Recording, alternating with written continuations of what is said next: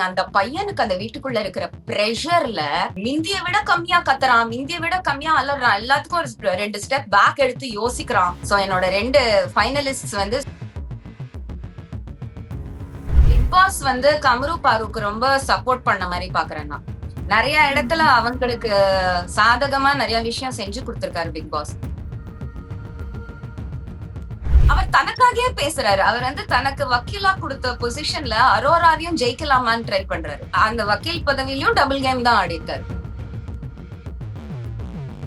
பார்வதியும் ஒரு லைக் நிறைய வக்ரங்கள், நிறைய இந்த என்ன சொல்றது வன்மம், இந்த ஸ்கீமிங் டெண்டன்சி அதெல்லாம் நிறைய இருக்கே தவிர அவங்களுக்கு இன்டெலிஜென்ஸ் கம்மி தான். மக்குதான் பார்வதி. நான் வந்து துஷார பார்த்ததுங்கிறது வேற, கம்ருதனை பார்த்ததுங்கிறது வேற அப்படின்னு சொல்லி வந்து மென்ஷன் வேற பண்ணிட்டாங்க அரோரா. இல்ல அரோராட்ட ஒரு கேள்வி, இந்த மாதிரி இருக்கிற ஒரு ஆம்பளட்ட ஒரு நட்பு தேவையா? ஒரு கையில அவங்க துஷார் வச்சிட்டு இருக்காங்க, இன்னொரு கையில கமருதீன் வச்சிட்டு இருக்காங்க. அதேதான் கமருதீன் பண்ணிட்டு இருக்கான். ஒரு கையில அரோரா, ஒரு கையில பார்வதி. பார்வதியும் அதேதான் பண்ணிட்டு இருக்கா போல. வெளியில எனக்கு ஒரு பாய் ஃப்ரெண்ட் இருக்குன்னு சொல்லியிருக்காங்க, இன்னொரு கையில கமருதீன். சோ எல்லாருமே டபுள் கேம் பண்ணிட்டு இருக்காங்க இதுல. பார்வதி கமர் மைக் மூடிட்டு பேசுற விஷயத்த அமித் ஈஸியா சால்வ் பண்ணிருக்கலாம், ஈஸியா சார்ட் அவுட் பண்ணிருக்கலாம். எஃப்ஜே கேப்டனா இருந்திருந்தா நடந்துக்கவே நடந்திருக்காது. பெஸ்ட் கேப்டன் இது வரைக்கும் எஃப்ஜே தான், அது யாராலையும் டினை பண்ண முடியாது. பாரு கமருக்கு பனிஷ்மெண்டே கிடையாது, அது மத்தவங்களுக்கு பனிஷ்மெண்ட். பிக் பாஸ் அந்த மாதிரியா நினைச்சிருக்கோம், நம்ம கேர் பண்ற நபர் தானே நினைச்சிருக்கோம். இப்ப பாரு கமருதீனுக்கு மட்டும்தான் அவர் கேர் பண்றாரு, மத்த யாருக்குமே அவர் கேர் பண்ணலன்ற மாதிரி தான் அது. Vijay Sethupathi has no taste. அந்த ஆள் ஒரு மியூசிக் டைரக்டர் கிடையாது, அந்த ஆள் ஒரு நடிகர். பாராட்டுறவர்னா கடவுளா? நான் பாராட்டுறேன்ற வார்த்தை எங்க இருந்து வருது அவருக்கு? என்ன ஆணவயா அந்த மனுஷனுக்கு. சரியான டாக்ஸிக் கப்பல் அது ரெண்டும். பிரஜன் போனதுல இருந்து சாண்ட்ரா மூஞ்சியெல்லாம் புன்னகை. அந்த போன செகண்ட் மட்டும் தான் அழுதாங்க. அதுக்கப்புறம் இந்த புருஷன் பொண்டாட்டிய பிரிக்க பாப்பாங்க. மக்களுக்கே பிடிக்கல இவங்க சேர்ந்து இருக்கிறது. விஜய் டிவி குழுவினருக்கும் பிடிக்கவே இல்ல. கேம் பூரா இவங்க முழுங்குறாங்க. பொண்டாட்டியை தூக்கிட்டா அப்புறம் புருஷன் சண்டை போடலாம், டாஸ்க் விளையாடலாம். பட் இல்ல, சாண்ட்ரா வெள்ளத்தோல் விஜய் சேதுபதிக்கு ரொம்ப பிடிச்சு போச்சு. அதனால 2 பேர்ல ஒருத்தர் இறக்கணும்னா பிரஜன் தான் பலியாடு. பிரஜனை இறக்கிட்டாங்க. காலால இருந்து கால் வரைக்கும் வர்ணிச்சாரு கனியா, ஞாபகம் இருக்கா? மூக்குத்தி என்ன நல்லா இருக்கா, அந்த நெத்தியில போட்டிருக்கிற சுட்டி என்ன நல்லா இருக்கு, எல்லாமே நல்லா இருக்கே இன்னைக்கு. அதெல்லாம் இருக்கு. ஹோஸ்ட் பேசுற பேச்சா பாந்தி வரல. இப்ப உங்களுக்கு ஞாபகம் வரும்போது திங்க் ஆஃப் த கான்டெக்ஸ்ட். காலால இருந்து கால் வரைக்கும் வர்ணிச்சாரு. அசிங்கப்படுச்ச மனுஷன் விஜய் சேதுபதி.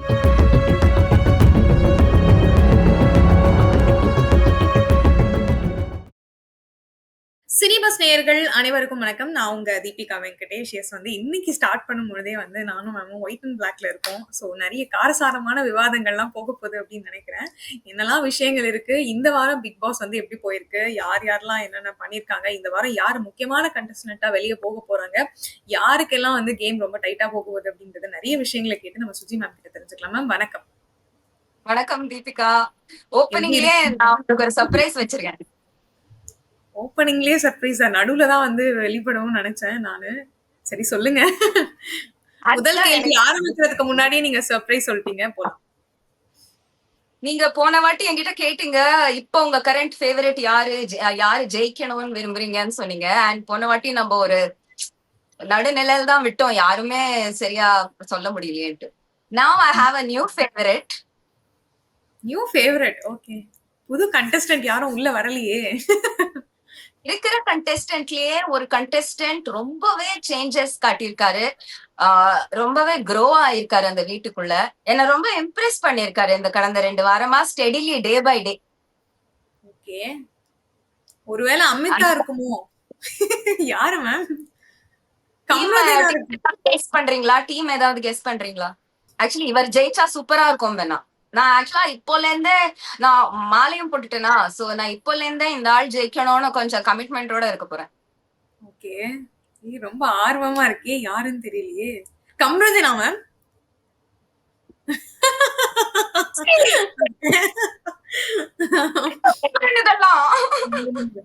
விக்ரம் இல்லையா?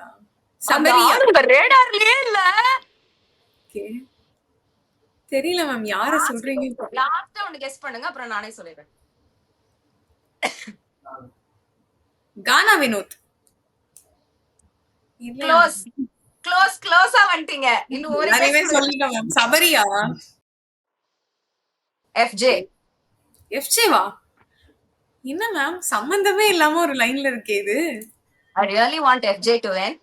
I'll tell you something. அந்த பையனுக்கு அந்த வீட்டுக்குள்ள இருக்கிற ப்ரெஷர்ல அவன் வந்து மிந்திய விட கம்மியா கத்துறான், மிந்திய விட கம்மியா அலறான். எல்லாத்துக்கும் ஒரு 2 ஸ்டெப் பேக் எடுத்து யோசிக்கிறான். எந்த ஃபைட்ல அவன் இன்வால்வ் ஆகணும்ன்றத கன்ச் பண்றான். சோ ம், ஹி ம். இஸ் வெரி நாள் போக போக ஹி இஸ் லேர்னிங் இன்சைட். ஒரு கலைஞன், ஒரு ஸ்பஞ்ச் மாதிரி இருக்கான், அவன் கற்பூரம் மாதிரி இருக்கான் அப்படின்னா அவன் பீட் பாக்ஸிங்லயே தெரியுது இல்லையா? சோ அந்த அவனுடைய திறமைய, அந்த அவனுடைய பொறுமைய அவன் வந்து இப்ப கேம்லயும் காட்டிட்டு இருக்கான். And I really like it.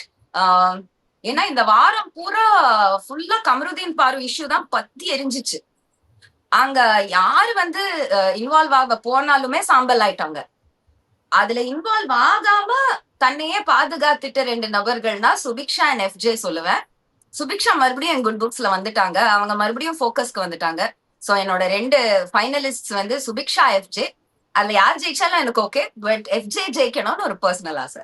கடைசியா ஒரு வழியாக அப்படின்னு சொல்லிட்டு நீங்க வந்து எஃப்ஜே அப்படின்னு சொல்லியிருக்கீங்க. பாப்போம் யாரு வின் பண்றாங்க. இந்த வாரம் யாரு வந்து எவிக்ட் ஆகி போறாங்க அப்படிங்கறத பத்தி. மேம் நேத்து வந்து நிறைய காரசாரமா பயங்கர வந்து அந்த கோர்ட் விஷயத்துல நிறைய நடந்துருச்சு. ஸோ ஜட்ஜா உட்கார்ந்தவங்களும் சரி, ஆப்போசிட்ல பேசினவங்களும் சரி அப்படின்னு சொல்லி நிறைய விஷயம். முதல்ல வந்து கம்ருதீன் விஷயத்தை தான் எடுக்கணும்னு நான் நினைக்கிறேன். தான் கடைசியா முடிஞ்சது. ஸோ கம்ருதீன் பார்வதி வந்து பிளேலாம் எழுதி வெளியே வந்து பயங்கர 10 மினிட்ஸ் டைம்ல நம்ம ஏதாவது ஒன்று பண்ணி வந்து வின் பண்ணியே ஆகணும் அப்படிங்கிற மாதிரிலாம் யோசிச்சுட்டு போனாங்க. ஸோ எதுவுமே நடக்கல. அவங்க உள்ள போய் பேசினதா இருக்கட்டும் எதுவுமே வேலைக்காகல. கடைசியில வந்து இது காதலா அப்படின்னு சொல்லிட்டு அரோரா கேட்கும்போது இல்ல நட்பை தாண்டின ஒரு உறவு தான் அப்படின்னு சொல்லிட்டு ரிஜிஸ்டர் பண்ணி பார்வதி சொல்லிக்கிட்டே இருக்காங்க. மறுபடியும் அது காதல் தான் அப்படின்னு ரிஜிஸ்டர் பண்றாங்க. கமருதீன் வந்து காதல் தான் அப்படின்னு சொல்றாரு. அந்த மாதிரி ஒரு கொலாப்ஸாவே போயிட்டு இருந்தது. இது எப்படி பாக்குறீங்க? இல்ல நான் பிக் பாஸ் வந்து கமரு பாருக்கு ரொம்ப சப்போர்ட் பண்ண மாதிரி பாக்குறேன் நான். நிறைய இடத்துல அவங்களுக்கு சாதகமா நிறைய விஷயம் செஞ்சு கொடுத்திருக்காரு Bigg Boss. First of all அந்த 10 நிமிஷம் பிரேக் கொடுத்ததே பாரு வந்து கமருவை சரியா கோச் பண்ணி மறுபடியும் உள்ள அனுப்பணும்ன்றதுக்கு தான். ஏன்னா கமரு பயங்கர இருந்தாரு. சோ அந்த கோச்சிங்க்கு தான் அந்த பிரேக் விட்டதே தவிர அது கிளியரா அதுக்காக தான் அந்த பிரேக் விட்டாங்க. அது ஏன் அந்த வீட்டுக்குள்ள யாருமே கெஸ் பண்ணலையா தெரியல. அது 2 3 நாள் தூங்கி எந்திரிச்சா அது தோணுமா இருக்கும் அவங்களுக்கு. யூடியூபர்ஸ் நிறைய பேர் இதை எடுத்து சொல்லியிருக்காங்க. இது வந்து பிக் பாஸ் பாரபட்சம் பார்த்த மாதிரி இருக்கு. பிக் பாஸ் நிறைய பாரபட்சம் பாக்குறாரு. ஆஹ் அது வந்து நம்ம மத்த இன்ஸ்டன்சஸ்ல எடுத்து சொல்லுவோம். இந்த கோர்ட் விஷயத்துல என்னாச்சுன்னா கமருதீனா நம்ம எம்டி சேனல் மக்ருதீன்னு பேர் வச்சிருக்காங்க. நம்ம மக்ருதீனே கூப்பிடலாம் அவரு. சோ மக்ருதீனுக்கு வந்து சரியா லைக் ஹி குடன்ட். அவர் தனக்காகவே பேசுறாரு. அவர் வந்து தனக்கு வக்கீலா கொடுத்த பொசிஷன்ல அரோராவையும் ஜெயிக்கலாமான்னு ட்ரை பண்றாரு. புரியுதுங்களா? அவர் பர்சனலா யூஸ் பண்ணிக்கிறாரு அவருடைய வக்கீல் பதவிய. அப்புறமா அரோராட்ட கூட சொன்னாரு, ஏய் உனக்கும் 2 3 பாயிண்ட் எடுத்து கொடுத்தானா அப்படின்னாரு. அவர் அந்த வக்கீல் பதவியிலும் டபுள் கேம் தான் ஆடி இருக்காரு. அது பார்வதியால ஐடென்டிஃபை பண்ண முடியல. ஏன்னா பார்வதியும் ஒரு லைக் நிறைய வக்ரங்கள், நிறைய இந்த என்ன சொல்றது வன்மம், இந்த ஸ்கீமிங் டெண்டன்சி அதெல்லாம் நிறைய இருக்கே தவிர அவங்களுக்கு இன்டெலிஜென்ஸ் கம்மி தான். மக்குதான் பார்வதி. சோ பார்வதிக்கு இருக்கிற அந்த குருட்டு புத்தியில அவங்களால என்ன சொல்லி கொடுக்க முடியுமோ அந்த 10 நிமிஷத்துல சொல்லி கொடுத்தாங்க. ஆனா உள்ள போய் சீதைக்கிராம சித்தப்பான் தான் பண்ணாரு இவரு. சோ அந்த கோர்ட் கேஸ் பயங்கர காமெடியா தான் இருந்துச்சு. அது வந்து ஆஹ் ஆக்சுவலா அவங்க காமெடியா ட்ரை பண்ணின ஒரு கோர்ட் கேஸ் இருந்துச்சு. சுபிக்ஷா எதிரா விக்ரம் போட்ட கேஸ். அது மகா மொக்கையா இருந்துச்சு. அதை விட இது காமெடியா இருந்துச்சுங்க. ஓகே. அதுல வந்து அரோரா வந்து ரிஜிஸ்டர் வேற பண்ணிட்டாங்க. நான் வந்து துஷார பார்த்ததுங்கிறது வேற, கம்ருதனை பார்த்ததுங்கிறது வேற அப்படின்னு சொல்லி வந்து மென்ஷன் வேற பண்ணிட்டாங்க அரோரா இடையில. சோ அப்ப அவங்களே வந்து ரிஜிஸ்டர் பண்ணிட்டாங்களோ நிறைய விஷயங்களை அப்படிங்கிற மாதிரி தான் இது பார்க்கப்படுது.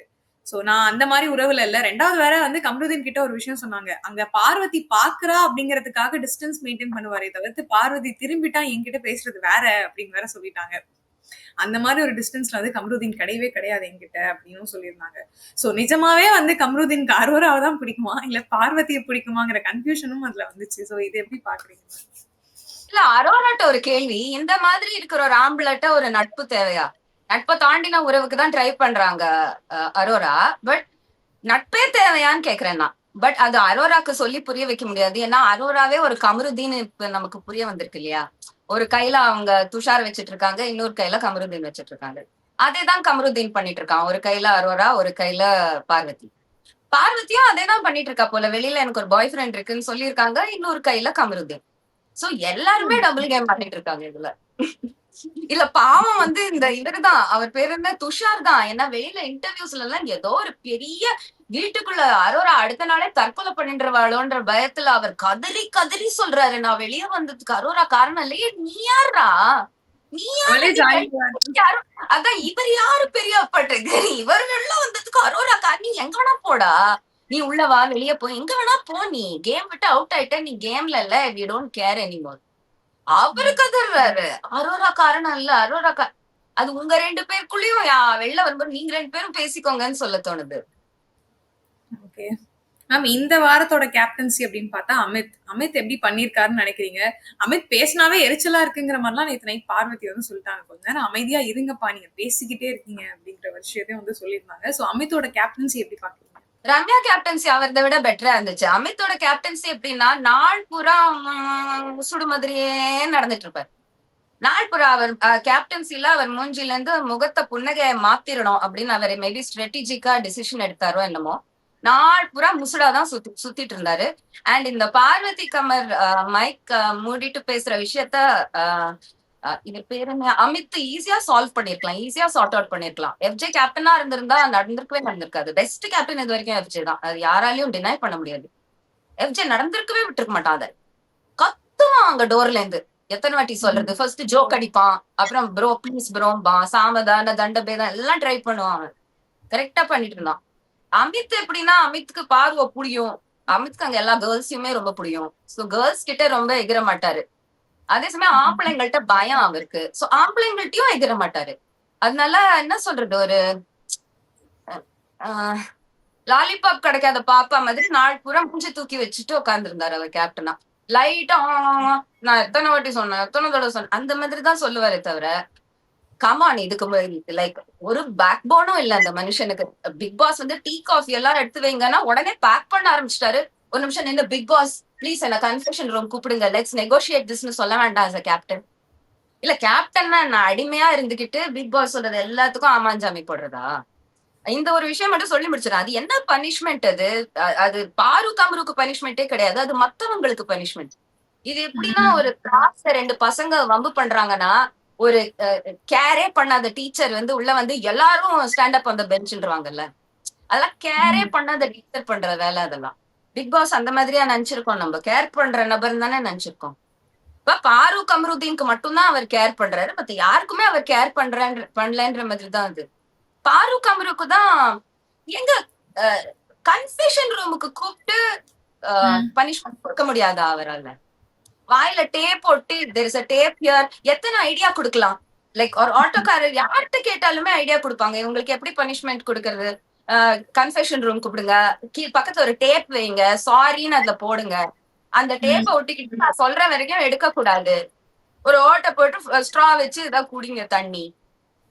அப்ப அவங்க கேட்பாங்க சாப்பிடறதுக்கு எடுக்கலாமா பிக் பாஸ், அப்ப பிக் பாஸ் இன்டர்ஃபியர் பண்ணி ஒரு விஷயம் சொல்லணும். அதே மாதிரி இந்த பிக் பாஸ்ன்ற நபர், ஐயோ Vijay TV team gone bonkers. இந்த கோர்ட் டாஸ்க்ல எத்தனை இன்டர்ஃபியரன்ஸ் அவரோடது. ஃபர்ஸ்ட் ஆஃப் ஆல் அவர் ஏன் இப்படி சொதப்பி வச்சாரு கோர்ட் டாஸ்க்? நான் பிக் பாஸ் சீசன் 4ல இருந்தப்போ கிளீனா போச்சு கோர்ட் டாஸ்க்.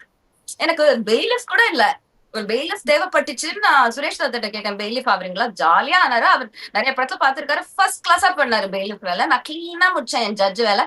ஒவ்வொரு கேஸும் ஹாஃப் அன் ஹவர் தள்ளி தள்ளி விட்டுட்டு இருந்தோம். மொத்த நாள்ல முடிஞ்சு போச்சு கோர்ட் டாஸ்க். யாராவது சத்தம் போட்டாங்கன்னா அவுட் ஆஃப் த கோர்ட்ன்ட்டேன்னா, அதுதான் that is what helps. Back பெஞ்ச்ல உட்காருங்க, சைடு பெஞ்ச்ல உட்காருங்கலாம் இல்ல, ஒரு 10 minutes out of the court, 10 minutesக்கு அப்புறம் உள்ள வாங்க, நாட் ஃபார் எவர். பனம் ஷெட்டி எல்லாம் வெளியே அமிச்சேன். நான் வெளியே வந்ததுக்கு அப்புறம் யாரும் என்ன அந்த விஷயம் வச்சு செய்யலையே, யாரும் அந்த விஷயம் வச்சு வன்மத்தை கக்கலையே. It's a good job Suchi, very difficult to be in your position. நாங்க ரியோ எல்லாருமே சொன்னாங்க. nobody had a problem with my judgments. நான் சொன்ன ஜட்ஜ்மெண்ட் எதுக்குமே ஆஃப்டர்வர்ட்ஸ் ஒரு ஆர்குமெண்டே வரல. நான் பெரிய அப்பா டக்கர்னு சொல்ல வரல, எனக்கு சிம்பிளிஃபை பண்ணி கொடுத்திருந்தாங்க அந்த டாஸ்க்ல. நிமிஷத்துக்கு 100 தடவை பிக் பாஸ் இன்டர்ஃபியரன்ஸ் கிடையாது. அவர் ஒன்னும் நியாயம் சொல்லல எனக்கு. நானுமே மத்தவங்கள்ட்ட 1-2 டீடைல்ஸ் கேட்டு தெரிஞ்சுப்பேனே தவிர, ஏன்னா இதெல்லாம் பொய் சொல்லிட்டு இருக்குங்க. எனக்கு கிளீனா நியாயம் கொடுக்கணும்ட்டு அங்க இருக்கிற மத்த கண்டஸ்டன்ஸ்ல இருந்து டீடைல்ஸ் தெரிஞ்சுப்பேனே தவிர, கமல்ஹாசன் அதை மிஸ்கன்ஸ்ட்ரூ பண்ண மாதிரி அவங்க ஜூரியா நான் நினைக்கல. நான் தான் நீதிபதி, என் முடிவு தான். இத்தனை நோட்ஸ் இருந்துச்சு எனக்கு. கமல் சார் அப்புறமா கிட்ட கேள்வி கேட்ட போது கூட நோட்ஸ் பாத்துக்கோங்க சார்ன்ட்டு. என்னால சொல்ல முடியாது, கஷ்டமா இருக்கு. வாட் வாஸ் யுவர் திங்கிங் ப்ராசஸ்னா எனக்கு தெரியல சார், நோட்ஸ்ல இருக்கும் எல்லான்ட்டு. ரொம்ப ஈஸி டாஸ்க்குங்க அது. ரொம்ப ஈஸி, ரொம்ப நல்லா ஃபன்னா கிளீனா பண்ணி முடிக்கலாம். அந்த சுபிக்ஷா எதிரா விக்ரம் போட்ட டாஸ்க் எல்லாம் அந்த டாஸ்க் அவமானப்படுத்துற மாதிரி தான் சொல்றேன். கண்டென்ட் வைஸ் அவங்க நல்லா கூட இல்ல பண்றது. எனக்கு நிஜமா கானா வினோத் வாயில யாராவது ஒரு டேப் போட்டு விட்டுருங்க, தாங்க முடியல அந்த ஆளோட காமெடி. ரொம்ப நாராசமா பேச்சு, டமால் டமால் டமாலுக்கு அந்த விழுது. எனக்கு இது ஒரு ஒரிஜினாலிட்டியே இல்ல, அர்ச்சமாவே அரைச்சிட்டு இருக்காரு. அவங்க எல்லாரையும் கொஞ்சம் பாடுறத நிப்பாட்ட சொல்லுங்க, நல்லாவே இல்ல. சண்டை கண்டென்ட்டே பெட்டர்.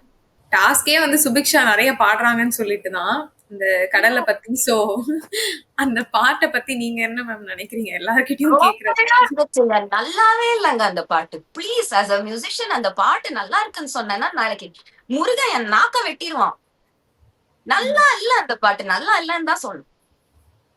ஓகே மேம், இப்ப இந்த court case Vijay Sethupathi has no taste.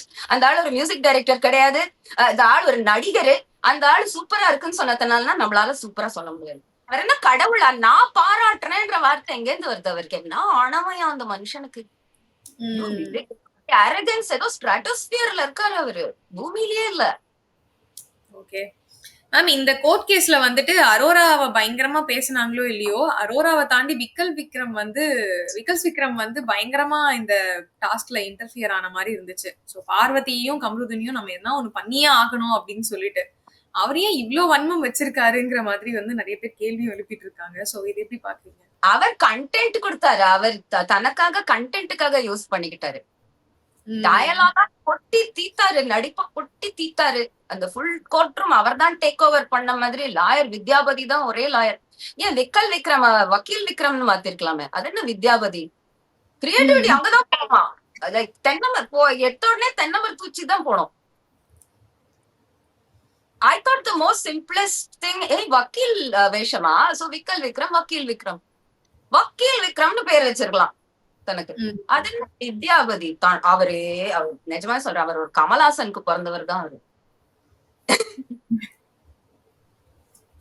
Simplicity எல்லாம் பத்தா, எல்லாம் காம்ப்ளிகேட்டடா இருக்கணும். அடுத்ததா வந்து சாண்ட்ரா அவங்களுக்கும் திவ்யாக்கும் வந்து பயங்கரமா முட்டிக்குச்சு. சோ கடைசியில வந்து சாண்ட்ரா வந்து பார்வதி கிட்ட அடைக்கலம் போயிட்டு, நான் இவ்ளோலாம் பண்ணேன், சோ இவ்ளோ விஷயங்கள்லாம் நான் அவளுக்காக பண்ணிருக்கேன், என்னை வந்து பார்க்கவே இல்லை, மதிக்கவே இல்லை, அண்ணான்னு சொல்லிட்டு நிறைய விஷயங்கள் வந்து என் ஹஸ்பண்ட் கிட்டயும் பேசினாங்க, பட் பாருங்க எதையுமே அவங்க வந்து சரியா புரிஞ்சுக்கல, நான் வந்து ஏமாந்துட்டேங்கிற மாதிரி போய் பார்வதி கிட்ட பேசிட்டு இருந்தாங்க. சோ இது எப்படி பாக்குறீங்க? சாண்ட்ரா மட்டும்தான் அப்படி புலம்புறாங்க. வெளியே வந்த பிரஜின் வந்து சாண்ட்ரா சொல்றதெல்லாம் ஒன்னும் கண்டுக்காதீங்கன்னு தான் இன்டர்வியூஸ் கொடுத்துட்டு இருக்காரு. அதெல்லாம் சாண்ட்ரா வெளியே வந்ததுக்கு அப்புறம் நான் அவள்கிட்ட பேசிக்கிறேன், அவளோடயே வந்து இன்டர்வியூ கொடுக்குறேன் பாருங்க, அவ சாரி சொல்ல வைக்கிறேன் அப்படின்னு சொல்லியிருக்காரு. அது ஏன்னா ஒரு கண்டாடி கப்புல அவங்க தெரியல எனக்கு, சரியான டாக்ஸிக் கப்புல் அது ரெண்டும். பிரஜன் போனதுல இருந்து சாண்ட்ரா மூஞ்சியெல்லாம் புன்னகை. அந்த போன செகண்ட் மட்டும் தான் அழுதாங்க. அதுக்கப்புறம் ஆஹா, பூங்காவனத்தில் பட்டாம்பூச்சிய பறகுறாங்க அவங்க வீட்டுக்குள்ள. சோ மகா ஃப்ராடுங்க அவங்க சொல்றது எதுவுமே நம்ப முடியற மாதிரி இல்ல. மறுபடியும் இந்த வாரமாவது எவிக்ட் ஆகணும். யாரு மேம்? சாண்ட்ரா. ஓகே, ஆனா வந்து பிரஜன் போனதை வந்து கெஸ் பண்ணீங்களா மேம்? நீங்க கொஞ்சம் கூட யோசிக்கலையா? பிரஜன் போனது கரெக்ட் தான் அப்படின்னு நினைக்கிறீங்களா? ரெண்டாவது வந்து பிரஜன் போகும்போது சாண்ட்ரா வந்து சொன்னாங்க, நீ ஒரு தப்பு பண்ணிட்ட அப்படின்னு சொல்லியிருப்பாங்க. சோ என்ன தப்பு பண்ணிட்டேன்னு சொல்லி அவங்க யோசிச்சு சொல்லியிருப்பாங்க. நான் என்ன சொன்னேன், இந்த புருஷன் பொண்டாட்டிய பிரிக்க பாப்பாங்க. மக்களுக்கே பிடிக்கல இவங்க சேர்ந்து இருக்கிறது, விஜய் டிவி குழுவினருக்கும் பிடிக்கவே இல்லை, கேம் பூரா இவங்க முழுங்குறாங்க. சோ நான் நினைச்சேன் பொண்டாட்டிய வெளியே இறக்கிடுவாங்க, புருஷன் உள்ள இருந்து டாஸ்க் விளையாடலாம், லைக் பொண்டாட்டியை தூக்கிட்டா அப்புறம் புருஷன் சண்டை போடலாம், டாஸ்க் விளையாடலாம். பிரஜன் கொஞ்சம் யங்ஸ்டரா தெரியல எனக்கு, பட் கொஞ்சம் ஹி லுக்ஸ் ஃபிட் இல்ல, சோ டாஸ்க்ல எல்லாம் கொஞ்சம் நல்லா டஃப் கொடுப்பாரு, அதனால சாண்ட்ராவை இறக்குவாங்களா இருக்கும்னு நினைச்சேன். பட் இல்ல, சாண்ட்ரா வெள்ளத்தோல் விஜய் சேதுபதிக்கு ரொம்ப பிடிச்சு போச்சு. அதனால 2 பேர்ல ஒருத்தர இறக்கணும்னா பிரஜின் தான் பலியாடு. பிரஜினை இறக்கிட்டாங்க. சாண்ட்ரா உள்ள வச்சுக்கிட்டாங்க. கொழு கொழுன்னு நீ உள்ள இருமா, நல்லா பிகர காட்டு, நல்லா மூஞ்சி சிரிச்சு சிரிச்சு காட்டு அப்படின்னு பண்ணிட்டாங்க. அவங்களும் அதே தான் பண்ணிட்டு இருக்காங்க. எல்லாம் விஜய் சேதுபதிக்கு ஒரு ஹேரம் மாதிரி நடத்துறாங்கன்னு நினைக்கிறேன் உள்ள. ஓகே. பிரஜன் போனத பத்தியே இதுல வரலையே மேம். வெறும் சாண்ட்ராவ பத்தி தான் வந்திருக்கு. பிரஜன் போனத வந்து அன்ஃபேர்னு பாக்குறீங்களான்னு கேட்டீங்க. இதுல ஃபேர் அன்ஃபேர் எப்படி நம்மளால சொல்ல முடியும்? நான் வந்து அந்த கப்பல பிரிப்பாங்க. சோ ஐதர் சாண்ட்ரா வெளியே வரணும் இல்ல பிரஜன் வெளியே வரணும்னு யோசிச்சுதான் நான் வந்து 2 பேர்ல சாண்ட்ரா வர வாய்ப்பு இருக்குன்னு சொன்னேன். இப்ப சாண்ட்ரா வெளியே வந்தாலும் பிரஜன் வெளியே வந்தாலும் அந்த கப்பல பிரிக்கிற மாதிரி தான் அது. அந்த அந்த ஒரு கோல் அச்சீவ் ஆச்சுன்னா ஓகே. ஓகே. மேம் இப்போ ஆதிரை அப்படின்னு சொல்லி பார்க்கும்போது ஆதிரை உள்ள வந்ததுக்கு அப்புறம் என்ன சொல்லியிருக்காங்கன்னா வாட்டர்மெலான் வெளியே போக முக்கிய காரணமே வந்து வினோத் தான், நீங்க வந்து அதை அக்செப்ட் பண்ணிக்கணும் அப்படின்னு சொல்லியிருக்காங்க. ஆனா வினோத் வந்து ஏதோ ஒண்ணு சொன்னாலுமே சரி அதை அக்செப்ட் பண்ற ஸ்டேஜ்லயும் அவர் கிடையாது, ஆர்கியூ பண்ற மாதிரி தான் இருப்பாரு. சோ இதை எப்படி பாக்குறீங்க? இப்ப வாட்டர்மெலான் வெளியே போனதுக்கு அப்ப வினோத் தான் காரணம் ஆதிரை சொன்னது கரெக்ட் தானா? வினோத் ஒரு மக்கு தானே. வினோத் ஒரு அறிவில்லாத ஒரு பேரும் புகழ் மட்டும் வேணும்னு ஒரு தவளை தானே அவரு. அந்த மாதிரி ஒரு என்ன சொல்றது, ஒரு சென்ஸ் இல்லாத இன்டெலிஜென்ஸ் இல்லாத மனுஷன் தான். சோ இத பொருட்படுத்தி பெருசாக்குறாரு. மத்தபடி இத பார்த்த போய் சொன்னா போடின்னு சொல்லிட்டு போயிருப்பாங்க. கருமக்கு தான் கானா வினோத் பார்வை விட அடிமுட்டாத்தனமான மக்கா இருக்காரு அப்படின்றதுனாலதான் இதெல்லாம் சீரியஸா எடுத்துட்டு சுத்துறாரு. முதல் நாள் அன்னைக்கே இருந்துட்டு போகுதுன்னு சொன்னா அப்புறம் ஆதிரைக்கு பேச பாயிண்டே இல்ல. இவர் இதனால அஃபெக்ட் ஆவறாருன்றதுனாலதான் ஆதிரை வச்சு வச்சு இந்த பாயிண்ட ஏத்துறாங்க. ஓகே. இதெல்லாம் பாயிண்டே இல்ல. இந்த பாயிண்ட விட்டு பார்த்தாங்க. பார்த்தா இவர் ஏத்துக்கிட்டாரு. சூப்பர், நமக்கு ஒரு ஃபைட் செட் ஆயிடுச்சு இந்த வீட்ல அப்படின்னு அவங்க அந்த ட்ராக்க பர்சீவ் பண்றாங்க. ஓகே.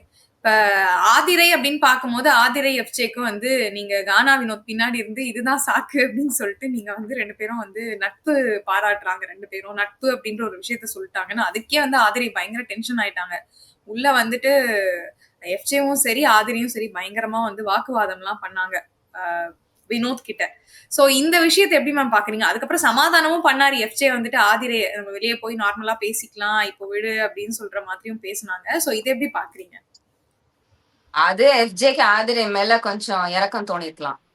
எதுக்கு இந்த பொண்ணை விளையாட வந்திருக்கு, ஏன் அப்ப பாரு நம்ம பேரை சொல்லி அழுதுட்டே இருக்குது, இதை இப்படியே முடிச்சிடலாம், சாரி சொன்னா இது முடிஞ்சு போயிடும், இதுக்கு ஒரு ஹக்கு கொடுத்தா முடிஞ்சு போயிடும் இந்த சைனுக்கு அப்படின்ட்டு கொடுத்து முடிச்சாரு அவர் அந்த பிரச்சனை. He wants to move on. Aathirai உள்ள வந்து அவங்க அவங்க போனதுக்கு அப்புறம் எப்பவோ புதைக்கப்பட்ட பணங்கள் எல்லாம் தோண்டி எடுத்துட்டு இருக்காங்க. ஆதிரை தனக்கு ஒவ்வொரு இஷ்யூ உருவாக்கிட்டு இருக்காங்க. அவ்வளவுதான். She Aadhirai wants to remain in importance inside the house. அவங்களுக்கு கொஞ்சம் அட்டென்ஷன் வேணும் அப்படின்னா குழி புதைச்சு மூடின பிரச்சனைகள்லாம் தோண்டிதான் எடுத்துட்டு வர முடியும். அதான் அவங்க பண்றாங்க. மேம் இப்ப வந்து ஆதிரை சொன்னாங்க வாட்டர்மெலான் வந்து வெளியே போக வினோத் தான் காரணம், அதுக்கு வந்து அரோராவும் சப்போர்ட் பண்ணிருந்தாங்க. அப்ப அரோரா விஷயத்துல அப்படின்னு பார்க்கும்போது துஷாரும் சரி பிரவீனும் சரி 2 பேரும் வெளியே போக அரோரா தான் முக்கிய காரணம் அப்படின்னா அது அரோரா வந்து அக்செப்ட் பண்ணிப்பாங்களா? அரோராவும் மக்கு தானே இதெல்லாம் பொருட்படுத்துறதுக்கு. இதெல்லாம் ஒரு ஃபைட்டா? இதுக்கு முன்னாடியும் நிறைய பேரு வெளியில இருந்து உள்ள வந்தவங்க நீ நீ அவனாலதான் நீ உன்னாலதான் அவன் போனா அப்படின்னு சொல்லாமலா 8 சீசனா நடந்துட்டு இருக்குது. இது உள்ள இருக்கிறவங்க எப்பவுமே பொருட்படுத்தினதே கிடையாது. இது ஜெனரேஷன் ஜி, ரொம்ப இன்ஸ்டாகிராம்லயே வளர்ந்த பசங்க, உலகம் பார்க்காத பசங்க, எல்லாம் ஸ்பாயில்ட் பிராட்ஸ், எல்லாம் அதுங்க வீட்டு ராஜா குட்டி செல்ல குட்டி. அதனால உள்ளுக்குள்ள ஸ்பாயில்ட் பிராட்ஸ் மாதிரி தான் பிஹேவ் பண்றாங்க. இதெல்லாம் பொருள்படுத்தி பெரிய விஷயமாக்கி. மேம் இப்போ நீங்க சொன்னது வந்து இன்ஸ்டாகிராம்ல இருந்து உள்ள வந்தவங்க அப்படின்னு சொல்லிருக்கீங்க. இன்ஸ்டாகிராம் இல்லாம வந்து உள்ள வந்தவங்க அப்படின்னு பாத்தீங்கன்னா திவ்யா கணேஷ், லாஸ்டா வந்து அந்த 4 பேர் வந்து இந்த இன்ஸ்டால இந்த ட்ரெண்டிங்ல இல்லாதவங்க, அதாவது நடிகர்கள் உள்ள வந்தாங்க. சோ அவங்க வந்ததுக்கு அப்புறமா இது மாறி இருக்கு அப்படின்னு பாக்குறீங்களா, இல்ல அவங்களும் வந்து இவங்க கூட சேர்ந்துதான் ஆட ஆரம்பிச்சுட்டாங்க அப்படிங்கிற மாதிரி பாக்குறீங்களா? அவங்க அவுட் நம்பர்டு தானே. அவங்க 2 பேரோ 3 பேரோ தான் இருக்காங்க. இவங்க 10 பேர் இருக்காங்களே. அவங்க எவ்வளவு நாள் தான் அவங்க ஒரு சைட்ல இருக்காங்கன்ற மாதிரி. பிரஷர் குக்கருக்குள்ள நீங்க 10 காய்கறி போட்டீங்கன்னா ஸ்டவ் ஆன் பண்ணீங்கன்னா எல்லாம் சேர்ந்துதான் மேஷ் ஆகும். பிளெண்ட் ஆகிதான் ஆகணும். அங்க நீ தனித்துவம் புடிச்சுக்கிட்டு நின்னுட்டு இருக்க முடியாது. எங்கேயோ ஒரு இடத்துல நீ பிளெண்ட் ஆகணும். அந்த பிளெண்டாக தான் ட்ரை பண்ணிட்டு இருக்காங்க திவ்யா. ஓகே. திவ்யா கணேஷ் எப்படி மேம் விளையாடிட்டு இருக்காங்க? சாண்ட்ரா திவ்யாவோட பாண்ட் வந்து இப்ப பிரிஞ்சிருச்சே அப்படிங்கிற மாரி நெறைய பேர் இப்ப பாக்குறாங்க உள்ளயே. இவங்க ஏன் எதனால பிரிஞ்சிருப்பாங்க? என்ன காரணம் இருக்கும் இதுக்குள்ள அப்படிங்கிற மாரி. நீங்க எப்படி பாக்குறீங்க அவங்களுடைய பாண்ட? அது எனக்கே ஒரு நல்ல அண்டர்ஸ்டாண்டிங். நம்ம ஸ்கூல்ல இந்த மாரி நெறைய மீன் கேர்ள்ஸ் இருப்பாங்க. ரிச் கேர்ள்ஸ், மீன் கேர்ள்ஸ். அவங்களுக்குள்ள இருக்கிற ஒத்துமை எப்ப நமக்கேப்ப அந்த மாரி ஃப்ரெண்ட் கிடைக்க மாட்டேன்றாங்க. நம்மள மாரி கண்ணாடி போட்டு நர்டி பீப்பிள்லாம் தனித்தனியா தான் இருப்பாங்க. நான் தனியா படிச்சுட்டு இருப்பேன். தெபாரதி தாஸ்ன்னு ஒண்ணு இருக்கும். அந்த மாரி அது தனியா படிச்சுட்டு இருக்கோம். அங்க சிந்து தந்திரி தனியா படிச்சுட்டு இருக்கோம். லைக் ஒவ்வொருத்தங்க தனித்தனியா தான் இருப்பாங்க. பட் இந்த மீன் கேர்ள்ஸ் மட்டும் they will always be together. எப்ப பாரு ஒத்தி ஒத்தி வீட்டுக்கு இன்வைட் பண்ணுவாங்க. லஞ்சஸ் ஷேர் பண்ணுவாங்க. மேக்கப் ஷேர் பண்ணுவாங்க. லிப்ஸ் நம்மளெல்லாம் வெறுப்பேத்துவாங்க. அண்ட் ம். நம்மள புல்லி பண்ணுவாங்க. சோ அந்த வீட்ல மீன் கேர்ள்ஸ் குரூப் வந்து பாரு, சாண்ட்ரா, திவ்யா அப்படின்னு இருந்துச்சு. ம். அதுல சாண்ட்ராக்கு திவ்யா மேல நிஜமாவே பிரஜனும் திவ்யாக்கும் ரூட் போகுதோன்னு டவுட் வந்திருக்கலாம். இல்ல அவங்க கண்டென்ட்டுக்காக செய்யலாம். 2 ம். காரணத்தினாலயுமே அவங்க வந்து திவ்யாவ அவங்க கட் ஆஃப் பண்ணிருக்காங்க. இப்ப திவ்யா மீன் கேர்ள்ஸ் குரூப்ல இருந்து அவுட் ஆயிட்டாளா? மீன் கேர்ள்ஸால தனியா சர்வைவ் பண்ண முடியாது. So Divya will either search for another mean girl which is Viyana. So mostly Viyana திவ்யாக்கு ஒரு கூட்டணி வரலாம். மத்தபடி திவ்யாக்கு செட் ஆகுற மாதிரி ஒரு மீன் கேர்ள் அந்த வீட்ல கனி இருக்காங்க. பட் கனி தன்னை ரொம்ப நல்லவளா காட்டிக்க ட்ரை பண்றாங்க. அங்க அரோராவும் ஒரு மீன் கேர்ள் தான். சோ அரோராவோட சேர்ந்துக்கலாம் அவங்க. அங்க மீன் கேர்ள் மட்டும் தான் மீன் கேர்ள் இல்ல. அதாவது சுபிக்ஷா மட்டும் தான் அங்க மீன் கேர்ள் இல்ல. சுபிக்ஷா. ஓகே. மீன் கேர்ள் மட்டும் தான் அங்க நைஸ் கேர்ள். மத்தவங்க எல்லாருமே மீன் கேர்ள்ஸ். ஓகே. ரம்யா ரொம்ப நல்லா விளையாடிட்டு இருக்காங்க. வெளிய வராங்க அப்படின்னு சொல்லியிருந்தீங்க லாஸ்ட் வீக். சோ இப்ப ரம்யாவோட ரம்யாவும் நைஸ் பெர்ஃபார்மன்ஸ் கேர்ள். எப்படி இருக்கு? ரம்யாவும் very nice girl. Ramya is a very very very nice girl. In fact அவங்க வெளிய வந்து கவலையே பட வேண்டாம். ஏன்னா எல்லாருமே அவங்க ஆடல் பாடல் வீடியோஸ காமெடியா எடுத்துட்டு சிரிக்கிறாங்க. கியூட்டா அவங்க குதிக்கிறதெல்லாம் பண்டி ராபிட் மாதிரி இருக்குன்னு சொல்றாங்க. அதை யாருமே செக்ஷுவலைஸ் பண்ணி பார்க்கல. அந்த அப்ப ரம்யா புரிஞ்சுக்கணும், அந்த நிகழ்ச்சிக்கு வர மட்டையானவங்க மட்டும் தான் அவங்கள தப்பா பாக்குறாங்க. மத்தபடி தமிழ்நாடு அவங்கள தப்பாவே பார்க்கலன்றத அவங்க இந்த இன்டர்வியூ பார்த்தாவது தெரிஞ்சுக்கட்டும். எப்பா பாரு புலம்பல்பா. என் வாழ்க்கை மாறணும், வாழ்க்கை மாறணும். என்ன மோசமான வாழ்க்கை அவங்களுக்கு. ஃபுல்லா head to to full dress போட்டுக்கிட்டு தான் ஸ்டேஜ்ல நல்லா டான்ஸ் கூட பண்ணல. ஏன்னு குதிக்கிறாங்க. அதுக்கு அவங்களுக்கு சம்பளம் வருது. ப்ராப்ளம் இல்லாம இருக்கு. சுத்தி வரும் ஒரே மேல் டான்சர்ஸ் ப்ரொடெக்ஷன். கிரவுட்ல இருந்து ம். யாராவது தப்பா விசில் அடிச்சா கூட அவங்களால திருப்பி கத்த முடியுது. நாங்க சிங்கர்ஸ் கத்த முடியாது தெரியுமா? எங்களுக்கும் வரும் தப்பான விசில். எங்களுக்கும் வரும் தப்பான செய்கை. பாடிட்டே ம். தான் இருப்போம். இந்த பக்கம் திரும்பி, அந்த பக்கம் திரும்பி. அவங்க திரும்ப கத்துறாங்களே! ம். ஓகே.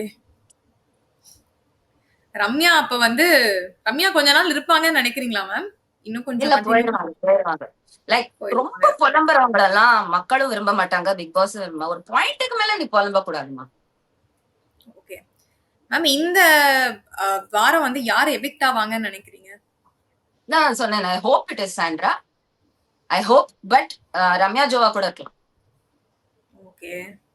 சரிங்க மேம். ஏன்னா பாப்போம். சாண்ட்ரா எடுக்க மாட்டாங்க. விஜய் சேதுபதிக்கு ரொம்ப புடிச்சு போச்சு. சோ சாண்ட்ரா தூக்கிடலாம் நம்ம. ரம்யா ஜோவா தான் இருக்கும். விஜய் சேதுபதிக்கு போர் அடிச்சு போன பீப்புள்லாம் தான் தூக்குறாங்க. இப்பெல்லாம் மக்கள் ஓட்டெல்லாம் எதுக்குமே கணக்கு இல்ல போல. ம். விஜய் சேதுபதிக்கு பிடிக்காதவங்கள தான் தூக்குறாங்க. சோ இந்த வாரம் மோஸ்ட்லி ரம்யா ஜோ போயிருவாங்க. விஜய்க்கு அவர ரொம்ப பிடிக்கவே இல்ல அவங்கள. விஜய்னே சொல்லலாமே. விஜய் தானே அவர் பேரு. எதுக்கு எப்ப பாரு சர்நேமோட கனி சேர்த்து கனி சைடும் இருக்கே மேம். இந்த இது கனியில ரம்யா யாராவது போவாங்க அப்படிங்கிற மாரி இல்ல பேச்சுக்கள் தனி விஜய் சேதுபதிக்கு பிடிச்சிருக்கு. அத அவர் வந்து கிளியராவே எக்ஸ்பிரஸ் பண்ணிட்டாரு. நீ என்னோட ஆளு அப்படின்ட்டு. லைக் நான் உன் மேல ஒரு கண்ணு வச்சிருக்கேன்ட்டு. ஒரு ஒரு வாரம் அவர் வந்து தலைல இருந்து கால் வரைக்கும் வர்ணிச்சாரு கனியா. ஞாபகம் இருக்கா? மூக்குத்தி என்ன நல்லா இருக்கா? அந்த நெத்தியில போட்டிருக்கிற சுட்டி என்ன நல்லா இருக்கு? எல்லாமே நல்லா இருக்கே இன்னைக்கு. அதெல்லாம் ஒரு ஹோஸ்ட் பேசுற பேச்சா? வாந்தி வரல இப்ப உங்களுக்கு ஞாபகம் வரும்போது? Think of the context. தலைல இருந்து கால் வரைக்கும் வர்ணிச்சாரு. அசிங்கப்படுச்ச மனுஷன் Vijay Sethupathi. So he has already set நான் உன்னை சேவ் பண்ணிடுவேன். எப்படினாலுமே உன்னை சேவ் பண்ணிடுவேன். எனக்கு கருப்பா இருக்கிறவங்கள பொதுவாவே பிடிக்காது. ஆனா உன்னை பிடிச்சிருக்குன்ற மாதிரி அவர் ஒரு சிம்பாலிசம்ல குடுத்து வச்சிருக்காரு கனிக்கு. ஓகே. இப்ப கனி போக வாய்ப்பு இல்ல. கனி எப்படி மேம் ப்ளே பண்ணிட்டு இருக்காங்க வீட்ல? கேவலமா ப்ளே பண்றாங்க. ஏன்னா விஜய் சேதுபதியோட ஃபுல் ஆதரவு இருக்கு அவங்களுக்கு. அது மாதிரி ஹோஸ்டோட இல்ல பிக் பாஸோட ஃபுல் ஆதரவு இருக்கிறவங்க வந்து ஒண்ணு ஜாலி ஆயிருவாங்க, மிக்ஸ்டர் பார்ட்டிசிபென்ட் ஆயிருவாங்க, இல்ல பார்வதி மாதிரி என்ன வேணா பண்ணுவாங்க. கடைசியா இவங்க வந்து கோர்ட் கேஸ்ல வந்து பேசிட்டு இருக்கும் பொழுது கூட பாயிண்டே இல்லாத மாதிரி கனி வந்து பேசின மாதிரி இருந்துச்சு. ஒரு பாயிண்ட் ஒரு அவங்க ரீசனே இன்ட்ரெஸ்டே இல்லாத மாதிரி இல்லாம பேசின மாதிரி விளையாடுறாங்க. இருந்துச்சு. அவங்க இன்ட்ரெஸ்டே இல்லாம விளையாடுறாங்க. நல்லாவே இல்ல அவங்க கேம் இப்போ. லாஸ்டா வந்து ஒரு ஃபன்னுக்கான கோர்ட் கேஸ் ஒண்ணு பண்ணிருந்தாங்க சுபிக்ஷா வச்சு. சோ அந்த கேஸ் எப்படி போச்சுன்னு பாக்குறீங்க? கடைசியில வந்து மைக்க கழட்டி வைக்க சொன்னாங்க அப்படின்னு சொல்லி சபரி வந்து அதுக்காக வாதாடினாரு. நான் ஃபன்னா சொன்னேனே அந்த இருக்கும். கேம் ரொம்ப மொக்கையா போச்சு. ரொம்ப மொக்கையா இருந்துச்சு. ஓகே. எல்லாரும் உன் காமெடியை விட நான் நல்லா காமெடி பண்றேன் பாரு, நான் காமெடி விட அவன் கமெண்ட் நல்லா இருக்கு பாரு, அவன் இது ஒரு காமெடி கேஸ்ன்னு உடனே எல்லாரும் கண்டென்ட் கொடுக்க ஆரம்பிச்சிட்டாங்க. சோ அது ஒரு அசிங்கம் பிடிச்ச குருமாவா தான் போயிருச்சு. அதை விட சொல்றேனே கமலு பாரு கேஸ் இன்னும் இன்ட்ரெஸ்டிங்கா இருந்துச்சு, என்டர்டெய்னிங்கா இருந்துச்சு. மேம் இந்த கோர்ட் கேஸ்ல நடந்த எல்லா ஜட்ஜ்மெண்ட்டும் கரெக்டா தான் நடந்திருக்கு அப்படின்னு நினைக்கிறீங்களா? எல்லா கேஸுமே சொல்றேன். அந்த கோர்ட் செட்டப்பே ரொம்ப கேவலமா இருந்துச்சுங்க. அதுல இருந்து எங்க இந்த நியாய நீதி வரப்போகுது? என் தரப்புல இருந்து ஒரு நீதிபதி, உன் தரப்புல இருந்து ஒரு நீதிபதி, எந்த ஊர்ல இந்த மாதிரி கோர்ட் இருக்கு? நம்மளே ஃபர்ஸ்ட் டைம் பாக்குறோம் இந்த மாதிரி. சோ அது பியூர் கேம் தான். அதுல இருந்து எந்த ஒரு நீதி நியாயம் வரணும் கிடையாது. அது இஷ்டத்துக்கு உருட்டி ஒரு கேம் விளையாடி இருக்காங்க. அது ஒரு ப்ராப்பர் ஒரே கோர்ட் நீதிபதியா அமைப்பு தானே இருந்தா நம்மளால சொல்ல கரெக்டா முடியும். என்ன மேம்? அது அட்லீஸ்ட் ஒரு ப்ராப்பர் கோர்ட் அமைப்பு மாதிரி இருந்தா தானே சொல்ல முடியும். அது ஓகே. இஷ்டத்துக்கு தாந்தோண்டி கோர்ட்டுனா அது ரெண்டு நீதிபதி, அதுவும் குற்றவாளியே நியமிக்கிற நீதிபதினா எப்படி? ஓகே. அதுவும் வந்து குற்றம் செஞ்ச கமருதீனே வந்து அதுக்காக வாதாடிட்டு இருந்தாரு. சோ அவர் வந்து சாட்சி சொல்லணும்னு சொல்லிட்டு அரோரா கூப்பிடும்போது கனி வேற அதுக்கு சப்போர்ட். அவர் வந்து சாட்சி சொல்ல முடியாது அரோரா. அத பத்தி வந்து நீங்க அப்புறமா பேசலாம். அவர் வந்து நிக்க முடியாது அப்படின்னு சொல்லிட்டு. அதான் நானும் யோசிச்சேன். ஏன் வக்கீல் சாட்சியா கோர்ட்டை கட்டிட்டு சாட்சியா வரலாமே? ம். முடிஞ்சு போச்சு. அவ்வளவு மக்குங்க அவங்க. யோசிக்கவே மாட்டேன்றாங்க. ஜஸ்ட் துண்டு தூங்கி கட்டி புடிச்சு தொலாவி தொலாவி தொலாவி தடவி தடவி தடவி எல்லாரும் ஒருத்தர இஷ்டத்துக்கு போய் சொல்லிட்டு அண்ணன் தங்கச்சி அக்கா தம்பி போர்வை. இவ்வளவு ஹக்கிங் நம்ம இதுக்கு முன்னாடி பார்த்தது இல்லம்மா. இவ்வளவு ஹக்கிங் நம்ம இதுக்கு முன்னாடி பிக் பாஸ்ல பார்த்ததே இல்ல. ஒருத்தங்க அழுகுறாங்கன்றத விட அதுக்கப்புறம் 10 நிமிஷம் அவங்க யார்கிட்ட இந்த ஹக் வாங்கி எவ்வளவு தூரம் ஹக் வாங்குறாங்கன்னு கொஞ்சம் கவனிங்க. மேல உழுந்து புரண்ட ஹக். நம்ம வீட்ல இருந்தா நிறைய பேர் அழுகுறோம். இப்படியா ஹக் எதிர்பார்க்கிறோம்? ஜென்வினா அழுதா you want anybody to touch you தானே. தொடாதீங்க அம்மிங்க. நீங்க ஆக்சுவலா நீங்க நிஜமாவே அழுகுறீங்கன்னா கிட்டக்கு கூட வராதீங்க அம்மிங்க. அந்த கோவத்துல யாராவது தண்ணி கொடுத்தா கிளாஸ் விட்டு எறிவீங்க. இவங்க அழுதுட்டே ஹக் தேடுறாங்கயா. என்னையா இது? Total drama, total content and எல்லாருக்கும் பசி தீர்த்துக்கிறாங்க இந்த மாதிரி. அழுதக்கு அப்புறம் எல்லாருக்கும் 1/2 மணி நேரம் ஹக் தேவைப்படுது. அதுக்குன்னே அழுகுறாங்க. அழுதா ஹக் கிடைக்கும்ட்டு. ஆதிரை எல்லாம் அதுக்குதான் அழுதா எஃப்ஜே ஹக் பண்ணுவான்னு தெரியும் இவங்களுக்கு. ம். ஆதிரை எஃப்ஜே இனிஷியேட் பண்ணின ஹக்னு காட்டுறதுக்காக ஆதிரை அழுகுறா. யூஸ் பண்றாளுங்க. They're all using the like எஃப்ஜேக்கு ஆதிரை மேல லவ் வரலனாலும் அந்த மாதிரி ஆம்பளைங்க எப்படி தெரியுமா யோசிப்பாங்க? ஐயோ இந்த கழுதைக்கு என் மேல லவ் இருக்கா பாவம், சரி இதுட்ட கொஞ்சம் நம்ம சாஃப்டா இருந்துப்போம் அப்படின்னு தான் யோசிப்பாங்க. அப்படிதான் யோசிப்பாங்க. கேர்ள்ஸ் வேற மாதிரி யோசிப்பாங்க. பட் நல்ல கைஸ் எப்படின்னா ஒரு பொண்ணு அவங்கள லவ் பண்றாங்க. ஆனா அவங்களுக்கு அந்த பொண்ணு மேல அந்த லவ் தோணலன்னா அந்த பொண்ணை பாவமா தான் ஐயோ இதுக்கு நம்ம மேல கன்வின்ஸ் பண்ண பாப்பாங்க. நான் ஒன்னும் அவ்வளவு பெரிய ஆள் இல்லடி அப்படின்லாம் தான் கன்வின்ஸ் பண்ண பாப்பாங்க. அப்படிதான் எஃப்ஜே பேசுறேன். என்கிட்ட நீ என்ன பாக்குற? நீ நான் நல்லா ஃப்ரெண்டு சரிப்பா. ஒரு பாவமா தான் இருக்கும். அவருக்கு வந்து முதுகு தட்டுமே ஒரு கிரிக்கெட்டர் ஸ்போர்ட்ஸ்மேன் தோனி தட்டுற மாதிரி தான் இருக்கும். பார்க்க உங்களுக்கு புரியும்.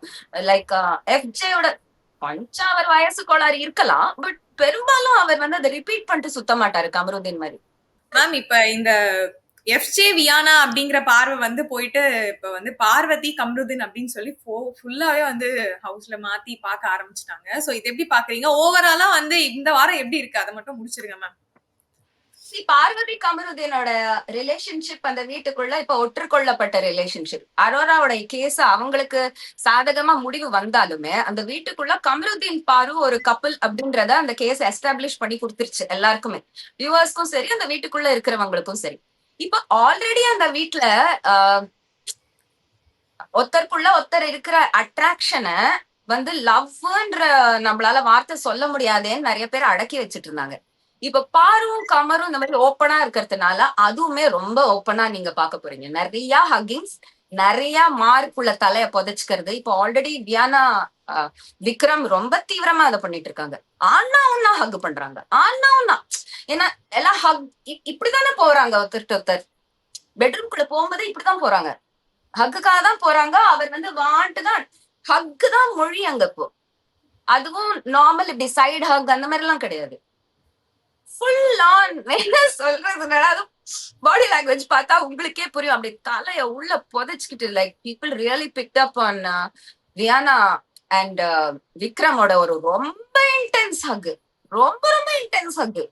அது கண் தெரியாதவன் கூட, கண் தெரியாதவனாலதான் அது புரிஞ்சுக்காம இருக்க முடியும். கண் தெரியவன் யாருக்குனாலுமே அது தப்பாதான் தோணும். தப்புன்னு எப்படி, சரி let's not use the word தப்பு. அது வந்து ஒரு ஃப்ரெண்ட்லி ஹக் கிடையாது, அது ஒரு ப்ராப்பர் இன்டென்ஸ் ஹக்னு நமக்கு தெரியும். அந்த மாதிரி ஹக் தான் இப்ப அந்த வீக்ல இப்ப பெரிய ட்ரெண்டிங்கா போயிட்டு இருக்கு.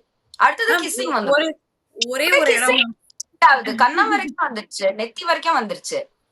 லிப் டு லிப் வரதுக்கு டைமே இல்ல. ஆல்ரெடி 2 3 ஆம்பளைங்க ஒருத்தருக்கு ஒருத்தர் லிப் டு லிப் கொடுத்திருக்கானுங்க, பெரிய ஃபன்னின்னு நினைச்சுக்கிட்டு. Okay ma'am. மேம் ஒரே ஒரு இது மேம், விக்கல்ஸ் விக்ரம் வந்து ஒரு இடத்துல நின்னு திவ்யா கணேஷ் கிட்ட சொன்னாரு, நீங்க ரொம்ப உங்களை ரொம்ப நான் வந்து அதை பாத்தீங்களா நீங்க, உங்களை நான் என்னது? ரொம்ப நல்லவங்க, நீங்க நான் வந்து ரொம்ப தப்பா நினைச்சிட்டேன், நீங்க ரொம்ப ரொம்ப நல்ல பொண்ணு, நான் இதை உங்ககிட்ட சொல்லணும்னு நினைச்சுக்கிட்டே இருந்தேன் அப்படி சொல்லிட்டு ஒரு இடத்துல ஒரு 2 3 நிமிஷத்துக்கு இதையே திரும்ப ரிப்பீட்டடா சொல்லிட்டே இருந்தாரு. ஆமா, எனக்கும் ஏன்னா உங்களுக்கு நிறைய சண்டை வரலாம், ஆனாலும் நீங்க நல்ல பொண்ணுங்கிறத நான் வந்து யோசிச்சுக்கிட்டே இருப்பேன் அப்படின்னு வேற சொல்லியிருந்தாரு. சோ விக்கல்ஸ் விக்ரம் சொன்னோனே எனக்கு இந்த இது ஞாபகம் வந்துச்சு. சோ அத பாத்தீங்களா அந்த சீன்? விக்கல்ஸ் விக்ரம் ரொம்ப காமவெறி பிடிச்சவரு. அவருடைய அந்த ஹக் வலைக்குள்ள அவர் வந்து ஃப்ரெண்ட்லியா டேடி ஹக்ஸ் கொடுப்பாருன்னு சொல்லி எல்லாரையும் தொட்டு தடவறாரு. நல்லா சான்ஸ் பே டான்ஸ் ஆடுறாரு அவர். அதுல இன்னும் திவ்யா வரலையா, அவருக்கு திவ்யாவை ஹக் பண்ணி கொஞ்சம் தொட்டு தடவணும். அதனால திவ்யா வந்து என்னனாலும் என்கிட்ட வாங்க அப்படின்னு ஒரு பிம்பம் தனக்காக கிரியேட் பண்றாரு. எல்லா கேர்ள்ஸும் விழுந்துச்சுன்னு அந்த தொப்பை மேல போய் விழுவுறாங்கல்ல, பீன் பேக் மாதிரி. கேர்ள்ஸுக்கு அது வேணா பீன் பேக்கா இருக்கலாம், அது வேணா தொப்பையா இருக்கலாம், அவங்களுக்கு செக்சுவலி ஒன்னும் தோணாம இருக்கலாம். ஆனா அந்த பீன் பேக் கடியில அவருடைய மணி இருக்குதான்.